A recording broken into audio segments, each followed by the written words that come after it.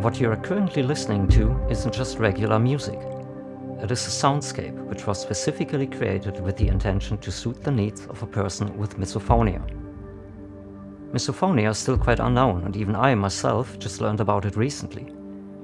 I was hanging out on a voice call with my good friend Igel, and while we were watching a music stream together, they mentioned in chat that they have misophonia. To my surprise, quite a few people joined in on that and said they also have some form of that, which got me curious. What is misophonia after all? So, when asked about it, Igel explained.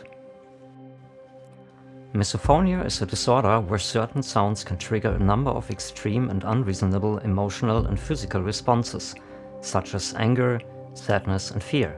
It can even trigger the fight or flight response or cause a panic attack. While trigger sounds differ from person to person, a few of the most common trigger sounds include lip smacking, chewing sounds, whispering, or any kind of repetitive noise. While a lot of people with misophonia build online communities around the disorder to create safe spaces and learn more about their own condition, it is still widely unknown to people who are not suffering from it themselves. Getting a proper diagnosis and professional help to treat or ease this disorder is still difficult. I have a rather severe case of misophonia. Apart from the common trigger sounds, such as chewing and repetitive noises, pretty much any sound I have no control over can be a trigger. The first thing I do when I wake up is put on my headphones and turn on rain sounds to drown out my surroundings. When I go to bed, I will take off my headphones and plug in my earbuds, with the same rain sounds and videos playing all night to protect me from any outside noise. Music only contains triggers very rarely.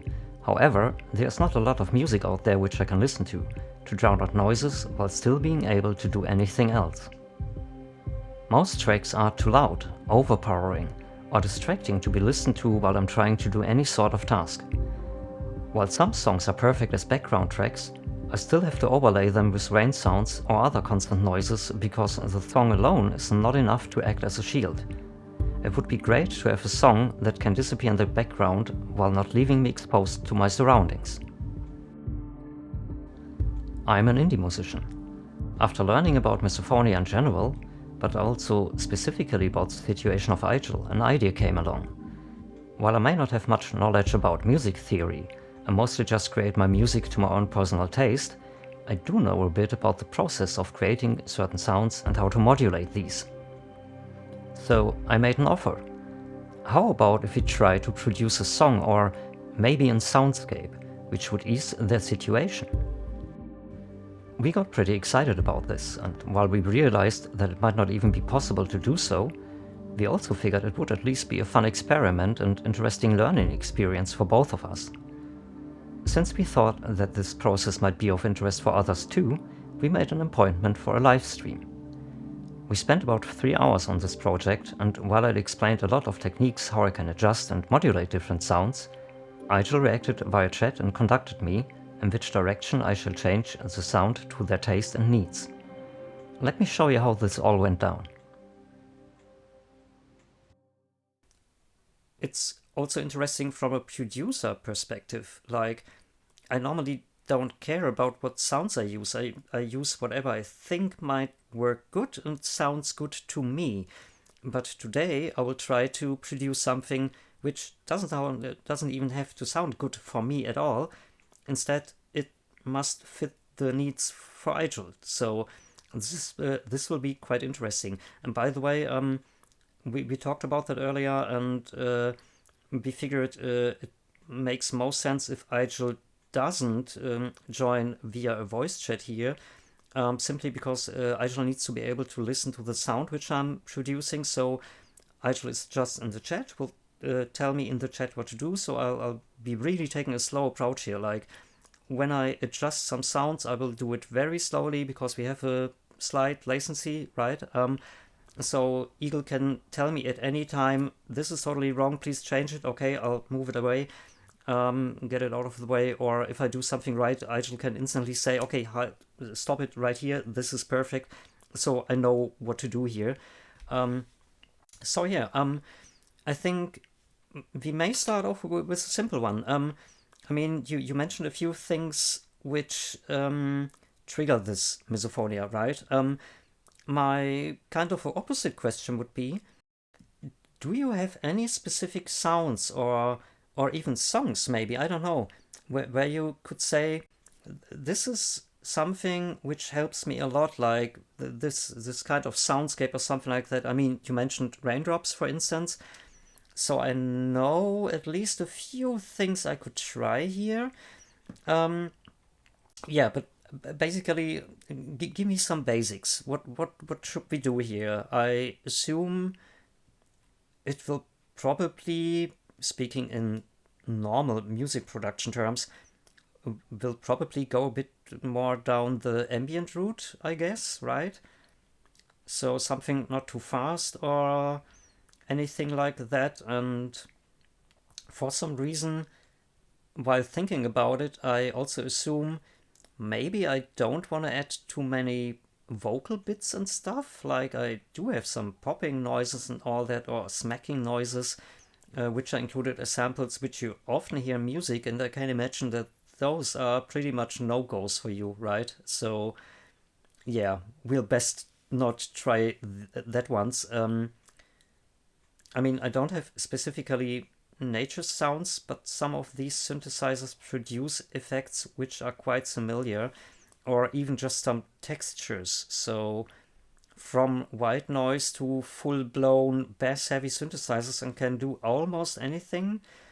And yeah, we both have no clue if this will work. We will see. It's really kind of an experiment for me and for Igel. But let's keep fingers crossed, right?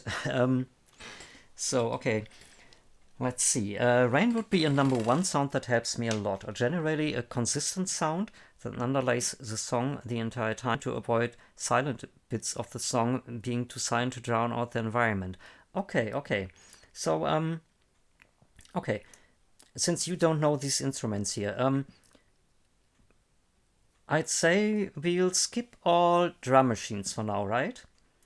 I mean, I can add a drum machine, so we have a basic rhythm which I can orient on. I mean, I can always turn on a metronome. Let me just give you a quick example that you know what I'm talking about here. So, like, I have this drum here. Oh, I might also maybe turn on my MIDI controller.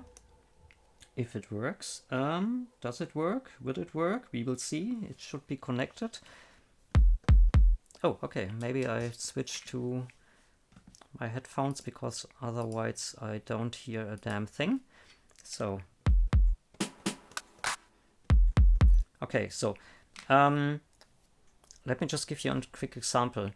If I at least, whoops, okay, I need to turn this on. So 1, 2, 3, 4, blah blah blah. So, no, wait a second. Basically, I can always turn on a metronome, which is this sound, this one. So I just hear the rhythm of what I'm trying to produce, right? So, but this, even for me, is pretty annoying. If I hear that constantly, it's just annoying, because that's not what I want to hear in the sound. It's just for the start to hear the rhythm, then I can lay down some drums, and then I move on to whatever it is. Yeah, so that's really the first thing normally why I go for drums, especially. I just lay down some drums, so like this one. So when I do them, I have the metronome on to hear, okay, it's a correct rhythm, and then I turn it off because, okay, now I have a rhythm, and I can work with that. I don't need any metronome anymore, as long as I have a basic rhythm going.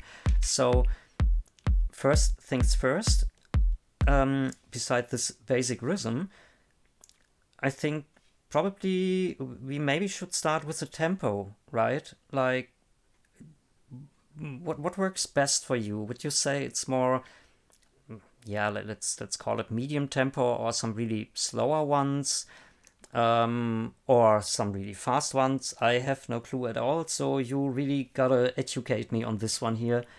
Somehow slow, okay. Let's make it this way. I just let this loop play and turn the speed down, the beats per minute, and just let me know when you would say, okay, this is a tempo we can work with. Okay, so just that I have that we got some basic tempo where we can start off then, okay? Just as a quick example, so you are not really that much into music production compared to me here, and while I don't know that much about music theory at all, that doesn't mean I don't know a lot of the buttons and effects I often use and rely on, right? So I think one thing we will often do is just apply some filters to some effects, and I think this will be especially interesting for you here. Let me give you a quick example. So I have now an insert effect here. The drum can't be this harsh, but otherwise drums would be fine. Okay, this is what I already assumed. So basically what a filter does is it changes the shape of the sound so it can make it sound more harsh or more dull. As an example, I have a low pass filter. I can set the filter to low pass, band pass, or high pass. To give you a quick example, it's now set to completely low pass. And when I turn on the cutoff, which applies the filter, it sounds like this. Let me just turn it on here. So standard is this hertz, so I just turn it on and turn the cutoff up here.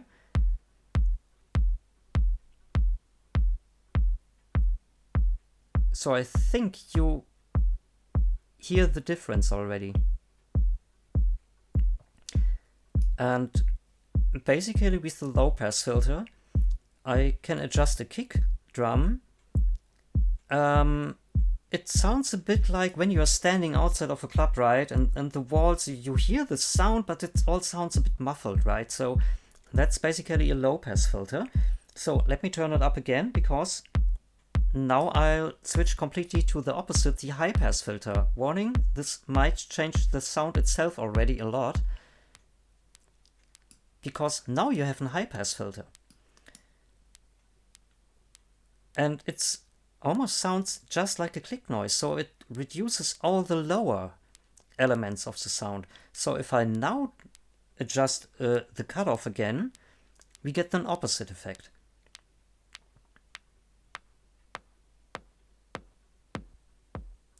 So just as an example, we can adjust it anywhere in between. I can adjust the filter between low pass, high pass, or even in the middle, band pass, and adjust it even more with the cutoff. And additionally to that, I can also work with the peak here. Quick warning, this might be a bit annoying. The peak really makes the... Oh god, how should I explain that? Let's say let me give you an example, because it's pretty clear then. So I have this low pass filter on, right? You just hear the lower elements. If I now turn up the peak, and I won't turn it up full, because this can get really annoying and completely mess up the sound. So I just turn it up a little bit here. It makes the sound more harsh. So in a way, the cutoff reduces the lower frequencies. But since the peak goes up, they can still get through in a way, but in a pretty harsh way. So this is something we can do, but I probably think that isn't the best, right? Let's just try different kick drums. So I can, as you can see here, I have kick drum, snares, clap sounds, closed hi-hats, open hi-hats, and so on. I'll just keep playing the loop and switch through the different kick drum samples here. And I hope you can see the names. I think, wait, I can zoom that a bit also, because you should be able to see. I hope that should work better, right? I guess so. You can also read the names here. So okay, it's now Risky. It's the one we choose here.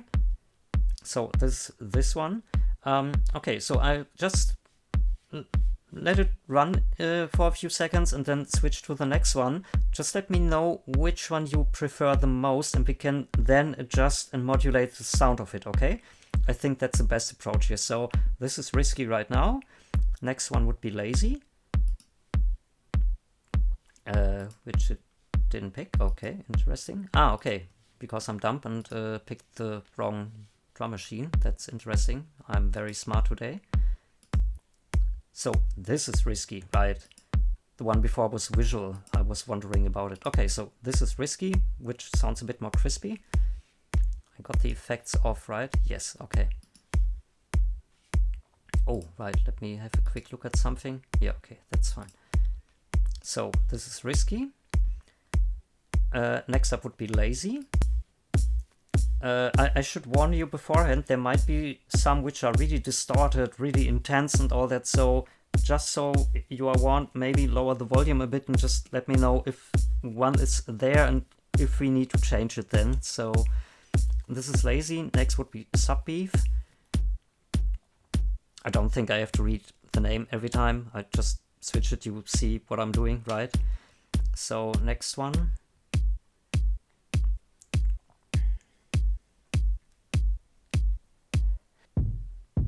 Thous and muff kick are the ones we can work with for now. Okay, so let's try it this way. I'll take muff kick on this one. I have it in already. So I go also to this second drum machine, which is just a duplicate really. And which one was it? South. Okay. So let me turn that one on. So you now have both at the same time, and as you notice, of course, it changes the sound a bit. And do I have some filters on? Yes. Let me turn the filters off here. Whoop. So this is the original sound. So and now we can change it up. Like, tell me which one we should shape in which direction, and we'll try exactly that then. I'd say, like, we may start with the muff kick, maybe, just because it's the first one. Let's just go in order here, right? This is really totally interesting, more than I thought it would be. So should we filter this in some direction, like some low pass filter, I guess? You mentioned that earlier.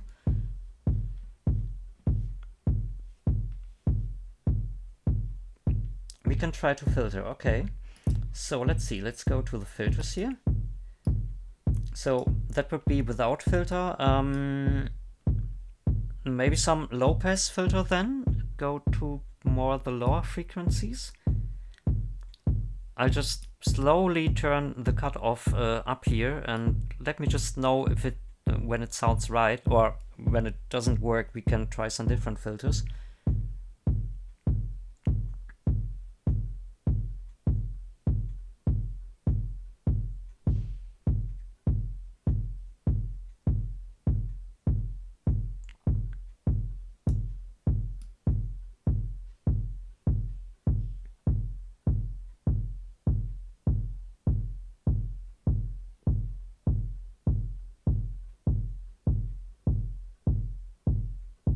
Okay, cutoff is about half turned on now.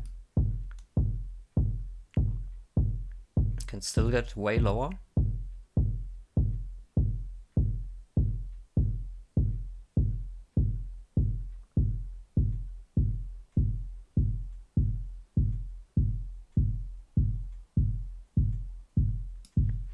Not sure if I like this or not. Okay. See, let me also turn on the other one, because in the end we will have a fusion of both sounds anyway, right? So that would be the combined sound now. You have the filtered muff kick here and the still complete unfiltered south kick drum here. So we can also apply a filter here, right? So if I should do that, let's just give you an example that you can hear the difference. Let's say I turn on the low pass filter about halfway here too. So we end up with this here. I'd say south definitely needs to change a little. Oh, I like that. Oh, okay, see? So, by the way, and this is something I generally pretty often do, while a lot of people look for new drum sounds and load thousands of samples, I often try to fusion new samples in a way that I just load different ones and mix them together and layer them on top. Like, let's say I'm now at the second one, right? At this one, and let's say you like that, but I can. It's a little bit too harsh. I just lower the volume of this one, so it gets a bit more in the back. It's just a tiny amount of that now. As an example, we can also do that if that's something you want me to try. Can you slow the entire thing just a little bit? Of course, yeah, absolutely, I can do that. So we are at 100 beats per minute now. Let's go to 90.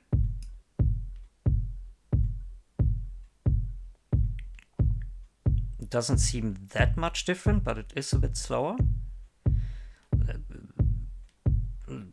I think the lower we get, the more it's noticeable how slow it gets. So this is 90 right now. 85. That would be 80 now. I mean, we can do anything in between, right? Just let me know if I still should slow it down a bit more or speed it up again. I think I prefer 90. All right, let's put it up to 90 then again. So this is at 90. Okay. So you mentioned things shouldn't get too repetitive. Right now, of course, it's totally repetitive, but again, it's basically just a tempo so we can build up on, right? I mean, I can also change up the rhythm, and if I only do... If I just do this, right? And it's just on one drum machine, I haven't done it to both. So this just changes up the rhythm a little bit. If this is something that works, I don't know, just as an idea. So hi, now the music producer speaking. To give you an example, you need to let me know if this works or not. I don't know. I love this. I think we can keep this in, right? Okay, so, and just one single thing before I forget it. Save. Yes, because we should save our projects. And let me just name it Misophonia 01 because it makes sense. And all right, so we should regularly save our progress here. All right, so if it's fine for you, I'd say let's just put the drums aside for now and see that we get some other sounds in. And you mentioned there are some specific sounds which really help you and which you often try to listen to when you need to calm down or to blur out other real life sounds, right? And you specifically mentioned rain sounds. So let me look something up here. I recently played a lot with this Kiev synthesizer, which is I think you can read it too, but let me just read it for you. Kiev is an advanced spatial digital synthesizer. So basically, like it says in the description here, yellow body of the synthesizer gadget protects the impression of a secret weapon hidden in an industrial zone. It features vector synthesis using 4 oscillators that generate organic, spacey sound. Use the touchpad to intuitively control the mysterious warp sounds that seem to contort space itself. Let me give you an example what it sounds like. I should again note, I'm holding down the key here, right? Like it's a constant tone and it keeps playing because I keep pressing the button. But that doesn't mean I could...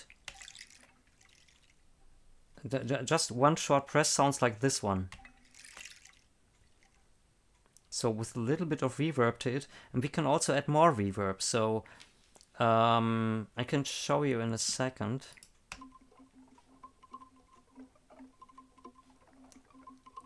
That is interesting, but I don't like that it's constantly and pretty fast moving from left to right. But I can change that. Yeah, here we go. Let's just say I put a reverb to it. Then it sounds like this.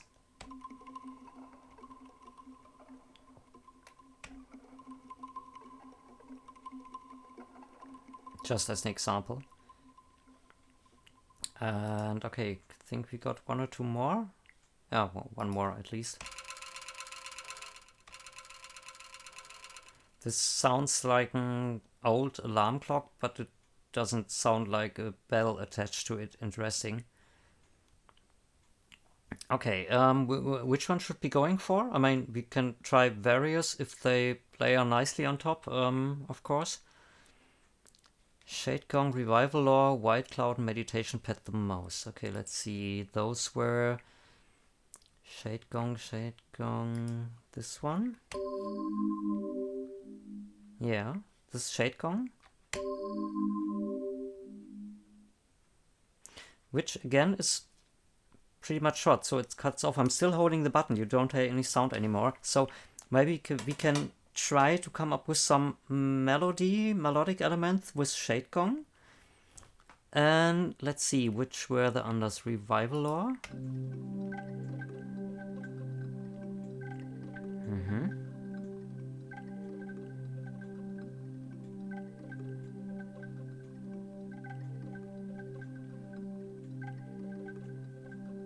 And that's this one. Okay, gotta look it up. White Cloud was one. Was it here or was it in the second one? Ah, there we go.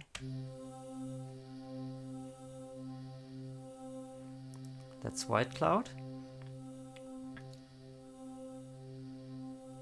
And Meditation Pad.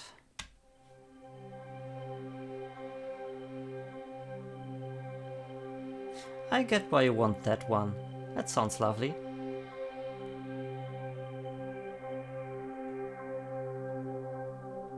Oh wow, how it changes over time.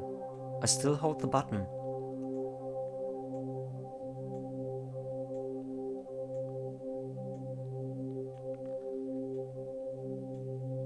Oh, I like that. Can I please, just for a little second, I need to up the reverb time here.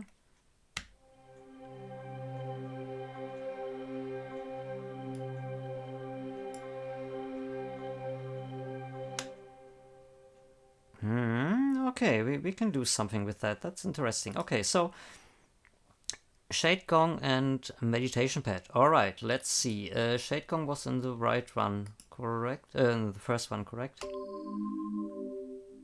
Yes. Okay, so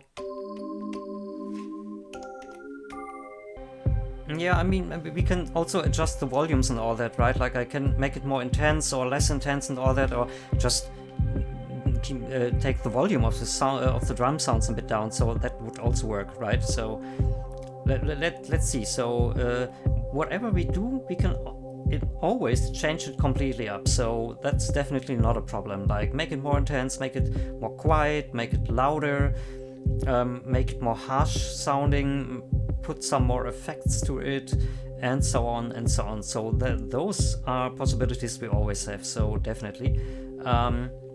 So it has definitely slightly overtaken the drums. Okay, let's see. Yeah, maybe some layer first so I can decide better if the details sound good, if that makes sense. Makes absolutely sense, that's normally my approach. Say, I'll just layer a little melody here, and you say what you like, right? So I just do a quick arrangement, you let me know if it works or not, right? That's the easiest way, I guess. So I think I know what you might like, but again, you gotta tell me if it works or not. Also, I just turn on the reverb a bit on this one. So let's just listen to it. It would sound like this now.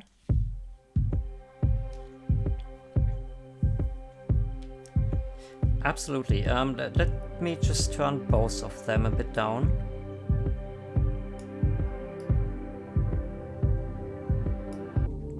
Igel, I was listening the whole time to this loop. I would love to try two things here. First off, I would love to, well, upper the reverb, or let me just put it on solo for a second here, this one. I would love to first upper the reverb a bit, so at the end, the lower note pretty much ends and it all starts from the beginning, right? So if I upper the reverb, it just fades out more slowly, though, so it will blend into the next loop a bit more. So which you will hear now.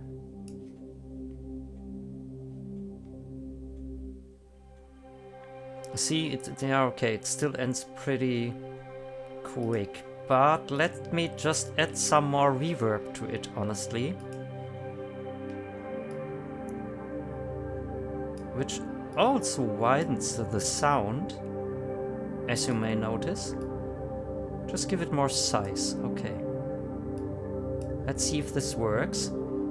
If it doesn't, let me know, I'll take it out completely then. But I think it should work great to blend over into the next loop, like it bleeds over into the next loop then. So let's hear it.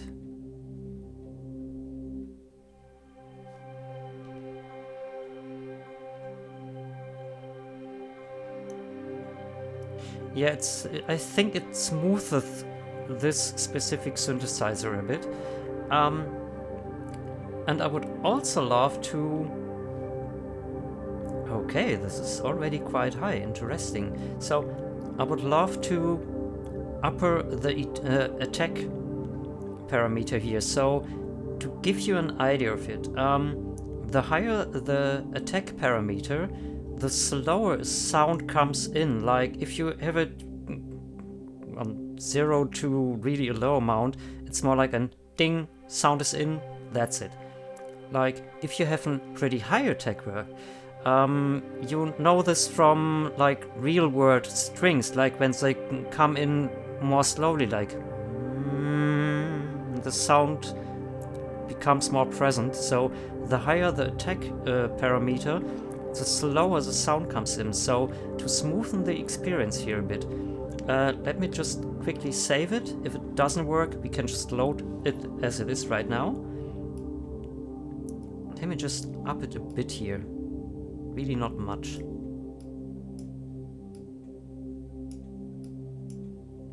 So also the reverb. Ah, okay.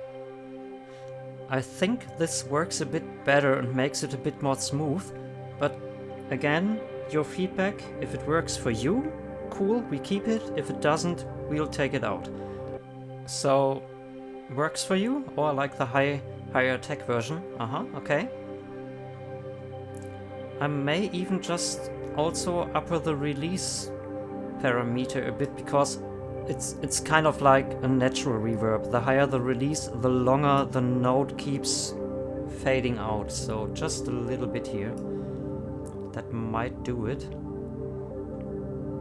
I like it. Perfect. Okay, so again, I'll save this time.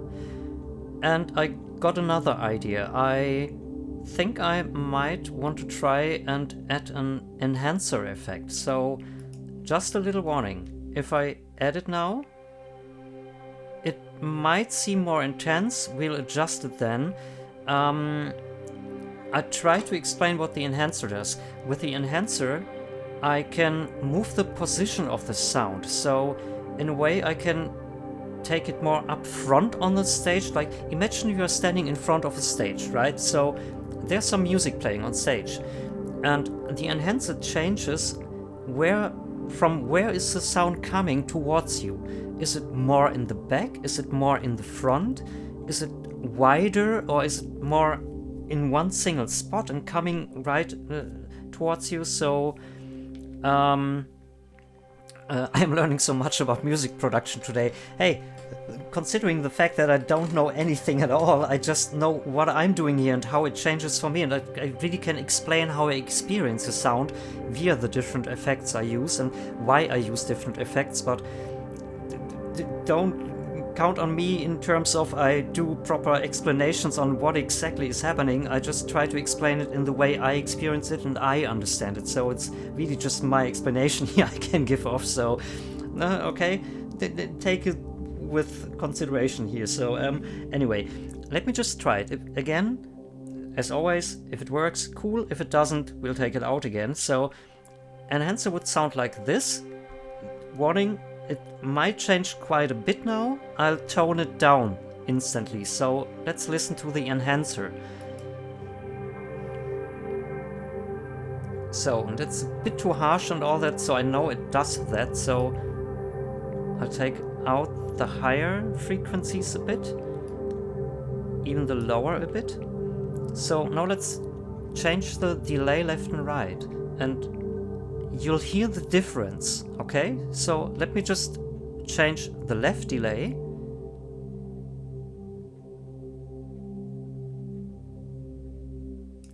And I hope you are wearing headphones right now. Now the right one.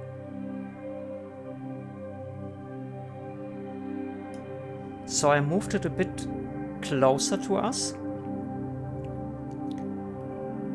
But it's not exactly the same parameter, so it doesn't seem to come exactly from right in front of you, and that's what makes the sound more interesting, at least for me.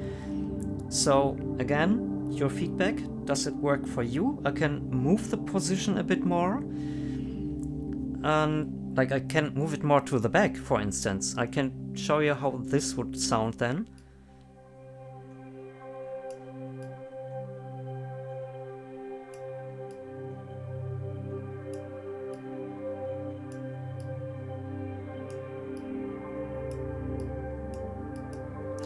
The depth pretty much affects how wide the sound is in a way. Like, okay, let me just change it. It's easier to hear it instead of me trying to explain it while I can't really explain it at all anyway, so.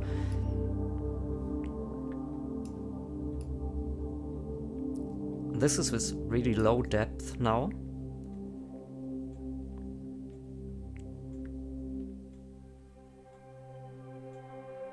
So it's really just a bit. And let me just turn it up again. Okay, wait a second. I'll turn the sound, try to move it a bit closer towards us again.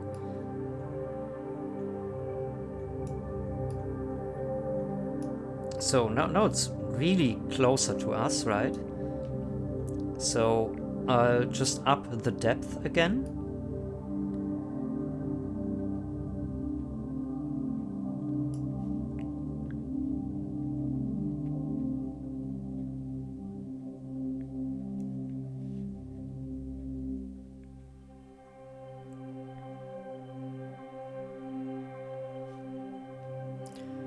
And like, for instance, if you like the effect, but you think the effect is a bit too intense, no problem, I just can adjust the mix here.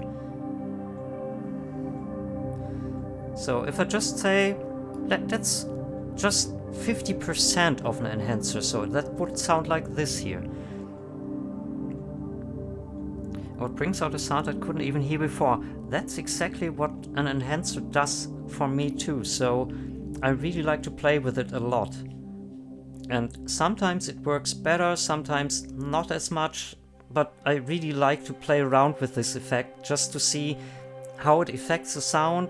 Do I like it? Does it fit in the overall composition when I work on a song? So it's really an interesting effect. I really can't fully explain you what exactly it does. I think there will be people who can explain it way better, technically at least. But yes, can I listen to it with the context of the rest of the song? Absolutely. That's what I wanted to suggest anyway. So let me just unsolo it and we listen to the full song here, like now. So when it starts, it's just this, then the lower, lower, lower, and this one bleeds over into the next loop.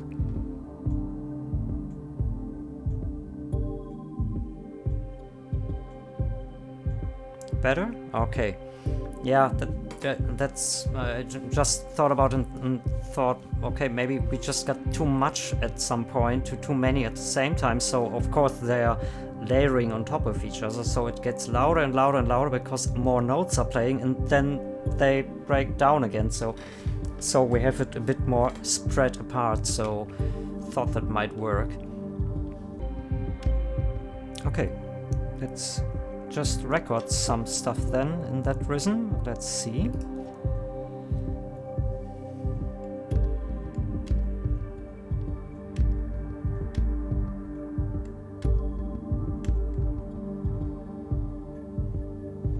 Honestly, that's all I need to record, so let's see. If I just copy, paste, put it here.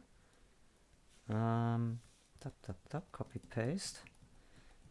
So see, we have little spaces in between, so it's just pause, pause.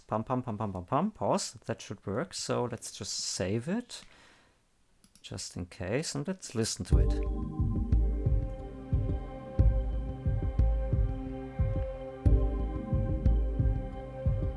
How about that?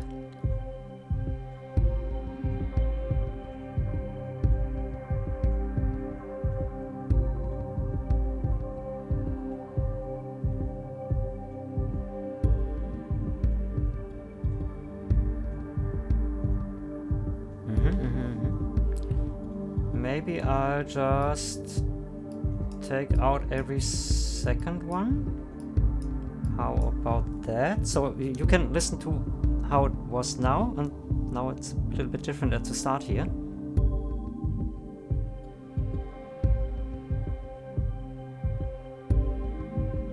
How about that?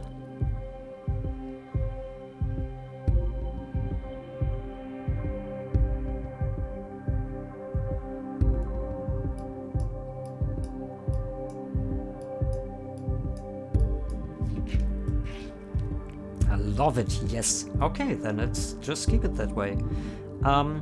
We have 10 minutes left. Hopefully this is short enough that it plays in 10 minutes. Let's just see if it works, okay? So this is really just some quick arrangement, and I don't know if it works. We will see now. So I just save it quickly. We have the full loop somewhere in here between anyway, so nothing is lost anyway. So let's just see if it works, okay? I'll play the full song and we'll see how it turns out now. So here we go. I'll mute myself for a second so I can really just listen to the music. I'll be in chat here. I'll turn on my mic afterwards, after this full thing has played then. So let's see.